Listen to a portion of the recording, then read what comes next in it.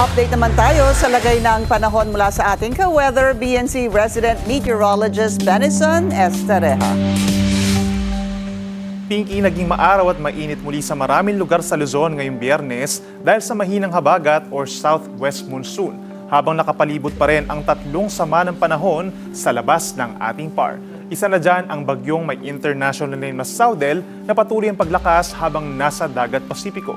Huling namataan si Saudel sa layong 2,635 kilometers silangan ng southeastern Luzon at may taglay na hangin na 110 kilometers per hour. Halos typhoon na po ito. Bukod kay Saudel, andyan pa rin ang low pressure area dito po sa may hilaga ng Batanes na dating bagyong Neneng at wala ng epekto sa ating bansa, at ang LPA dito sa may silangan ng Mindanao na nasa layong 1,500 kilometers east of northeastern Mindanao. Ayon sa Pag-asa, posibleng umabot ang buntot ng LPA na ito dito po sa gawing Mindanao, kaya posible na ang mga isolated na ulan doon sa magdamag.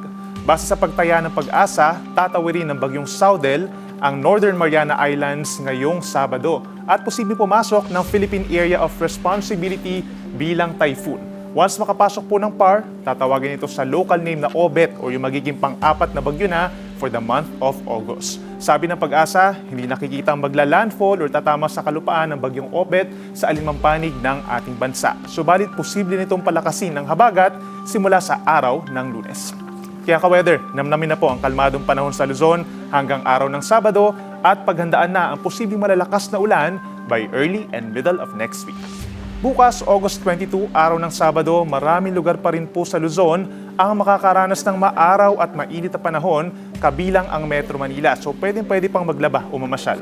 Habang may ibang lugar po naman sa norte, gaya ng Ilocos Region, Abra, Benguet, Batanes, Cagayan, Zambales at Bataan ang posibleng makaranas bukas ng light to moderate na ulan dahil sa habagat. Pagsapit ng linggo, magsisimula na pong lumakas ang habagat sa Luzon. Ibig sabihin, magiging maulap na po ang papawirin sa buong Northern Luzon, Central Luzon, Metro Manila, ganyan sa Cavite, Batangas at Occidental Mindoro. At sasamahan pa yan ng paminsan-misang malakas na ulan dito sa may western sections. Kaya ka-weather, magbaon po ng payong o kapote kung lalabas ng bahay. Sa Visayas at Mindanao, sa araw ng Sabado, fair weather conditions or bahagyang maulap pa rin po in general, maliban na lamang sa mga morning na ulan dito sa may parting Southern Leyte, Dinagat Islands at Surigao provinces. Habang pagsapit po ng hapon hanggang gabi, may tsansa ng mga isolated na ulan sa may Soc-Sargen, Davao Occidental at Maguindanao provinces. Pagsapit po ng linggo, mananatili pa rin fair or bahagyang maulap ang kalangitan, madalas maaraw sa maraming lugar sa Visayas and Mindanao. Maliban na lamang sa may Eastern Visayas, medyo maulan po sa umaga, gayon din sa may Surigao provinces and Dinagat Islands. Habang pagsapit po ng hapon hanggang gabi sa linggo, may tsansa na rin po ng paglakas ng habagat dito sa may Western Visayas and Negros Occidental, kaya asahan din po ang kalat-kalat na ulan and thunderstorms.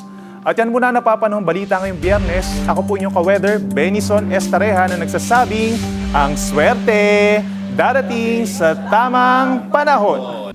Mag-follow sa aming mga social media accounts at mag-subscribe sa aming YouTube channel para sa pinakahuli at eksklusibong mga balita.